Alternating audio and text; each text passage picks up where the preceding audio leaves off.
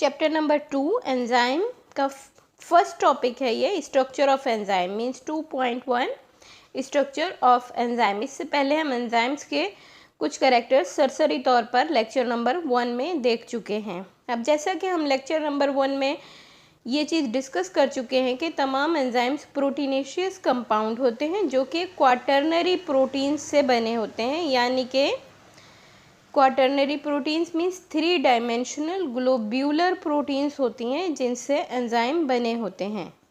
ये इस तरह की प्रोटीन्स होती हैं कि इनके अंदर प्रोटीन्स की बहुत सारी चेन्स एक दूसरे के अंदर उलझ कर एक गुच्छे की सी शक्ल बना लेती हैं, जैसा कि आपको इस डायग्राम के अंदर नज़र आ रहा है। साथ ही साथ तमाम एंजाइम्स रिएक्ट करने के लिए ख़ास किस्म के सब्सटेंस से रिएक्ट करते हैं जिसे हम सबस्ट्रेट कहते हैं, यानी एंजाइम एक ख़ास सब्सटेंस से रिएक्ट करते हैं जिसे सबस्ट्रेट कहते हैं। उसके बाद एंजाइम सबस्ट्रेट कॉम्प्लेक्स बनाते हैं एंड देन वो एंजाइम सबस्ट्रेट कॉम्प्लेक्स प्रोडक्ट के अंदर चेंज होता है। अगर स्ट्रक्चर के लिहाज से देखें तो तमाम एंजाइम 2 हिस्सों पर मुश्तमिल होते हैं। पहला हिस्सा एक्टिव साइट कहलाता है जबकि दूसरा हिस्सा स्ट्रक्चरल पार्ट कहलाता है। एक्टिव साइट हर एंजाइम के किसी एक ख़ास मुकाम पर मौजूद एक हिस्सा होता है जिसकी शेप अपने सबस्ट्रेट की शेप से कुछ इस तरह मिलती है कि सबस्ट्रेट इंतहाई आसानी के साथ उस शेप के अंदर फिक्स हो जाए, जैसा कि इस डायग्राम के अंदर दिखाया गया है। और ये बिल्कुल इस तरह से होता है जैसे कि कोई की और लॉक और की का ये रिश्ता होता है कि की लॉक के अंदर फिक्स हो जाती है, उसके बाद लॉक को ओपन करती है। इसी तरह एक्टिव साइट एक ऐसी साइट होती है जिसके अंदर सबस्ट्रेट फिक्स हो जाता है और उसके बाद रिएक्शन को कैटेलाइज करता है। तो इसी बुनियाद पर एक्टिव साइट के 2 हिस्से होते हैं, एक हिस्सा बाइंडिंग साइट कहलाता है और दूसरा कैटालाइटिक साइट कहलाता है। अब ये जो बाइंडिंग साइट होती है ये एक्चुअली वो ख़ास शेप वाला हिस्सा होता है जिसके अंदर सबस्ट्रेट फिक्स हो जाता है। यहाँ जो अमाइनो एसिड्स मौजूद होते हैं वो एक्चुअली सबस्ट्रेट को फिक्स करते हैं और चार्ज अमाइनो एसिड मौजूद होते हैं जो कि चार्ज के तौर पर भी, पॉजिटिव नेगेटिव चार्ज के तौर पर भी सबस्ट्रेट को अपने साथ इंतहाई क्लोजली अरेंज करके और फिक्स कर लेते हैं।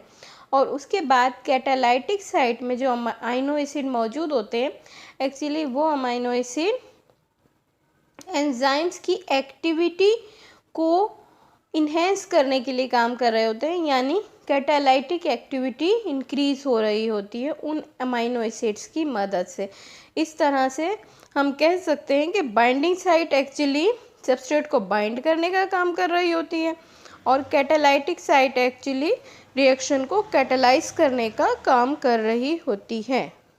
एक्टिव साइट के अलावा जो दूसरा हिस्सा एंजाइम्स का होता है वो एक्चुअली स्ट्रक्चरल पार्ट कहलाता है। अब स्ट्रक्चरल पार्ट से मुतालिक भी हम अपने लेक्चर नंबर 1 में बहुत ही मुख्तसर तरीके से ये चीज़ डिस्कस कर चुके हैं कि तमाम एंजाइम्स प्रोटीनेशियस तो होते ही हैं, लेकिन कुछ एंजाइम्स सिर्फ़ और सिर्फ प्रोटीन से बने हुए होते हैं और कुछ एंजाइम्स में प्रोटीन के साथ साथ कुछ नॉन प्रोटीनेशियस पार्ट भी मौजूद होता है। ऐसे एंजाइम्स जिनके अंदर प्रोटीन के साथ साथ नॉन प्रोटीनेशियस पार्ट भी मौजूद होता है उन्हें हम कॉन्जुगेटेड एंजाइम्स कहते हैं। अब ये जो कॉन्जुगेटेड एंजाइम्स होते हैं इनका non proteinaceous part actually cofactor कहलाता है।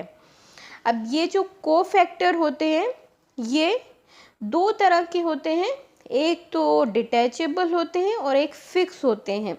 जो डिटैचेबल कोफैक्टर्स होते हैं उन्हें एक्चुअली हम एक्टिवेटर भी कहते हैं, क्योंकि ये रिएक्शन को कैटेलाइज करते वक्त आकर अटैच हो जाते हैं और एंजाइम की एक्टिविटी को इंक्रीज़ कर रहे होते हैं, इसीलिए इन्हें हम एक्टिवेटर भी कहते हैं। और जब रिएक्शन ख़त्म हो जाता है तो एंजाइम के साथ साथ ये भी एंजाइम से अलग हो जाते हैं। दूसरी किस्म के जो कोफैक्टर हैं वो एक्चुअली दो तरह के हो सकते हैं, वो या तो कोएंजाइम्स हो सकते हैं या फिर प्रोस्थेटिक ग्रुप्स हो सकते हैं। अब कोएंजाइम्स के जो मिसालें हैं वो NAD यानी निकोटीन अमाइड एडेनिन डाइन्यूक्लियोटाइड और FAD यानी फ्लेविन अमाइड एडेनिन डाइन्यूक्लियोटाइड वगैरह हैं, जो कि मुख्तलिफ रिएक्शंस के अंदर एंजाइम्स के तौर पर काम कर रहे होते हैं। और इस पार्ट के अलावा यानी कोएंजाइम के अलावा जो कोफैक्टर्स होते हैं वो इनऑर्गेनिक या मेटेलिक टाइप के हो सकते हैं, जिसकी एक बेस्ट एग्जांपल मैग्नीशियम है। अगर हम क्लोरोफिल का स्ट्रक्चर देखें तो पोरफायरिन, क्लोरोफिल के पोरफायरिन के सेंटर में जो मैग्नीशियम मौजूद होता है वह एक्चुअली प्रोस्थेटिक ग्रुप के तौर पर ही काम कर रहा होता है। नेक्स्ट ये कि जो कॉन्जुगेटेड एंजाइम्स होते हैं, अब ये तो हम जानते हैं कि conjugated enzymes proteinaceous and non proteinaceous part पर मुश्तमिल होते हैं और नॉन प्रोटीनेशियस पार्ट कोफैक्टर कहलाता है। अब ये जो कोफैक्टर है अगर ये मौजूद ना हो कॉन्जुगेटेड एंजाइम्स में तो उस वक़्त conjugated enzymes actually apo enzymes कहलाते हैं। लेकिन एपो एंजाइम्स कोई एक्टिव एंजाइम्स नहीं होते हैं और वो बग़ैर कोफैक्टर के फंक्शन नहीं करते, काम नहीं करते हैं जब तक उनके साथ कोफैक्टर मौजूद ना हो। और अगर कोफैक्टर मौजूद हो तो फिर उस वक़्त कॉन्जुगेटेड एंजाइम्स के लिए हम एक और नाम यूज़ करते हैं जिसे हम होलो एंजाइम्स कहते हैं।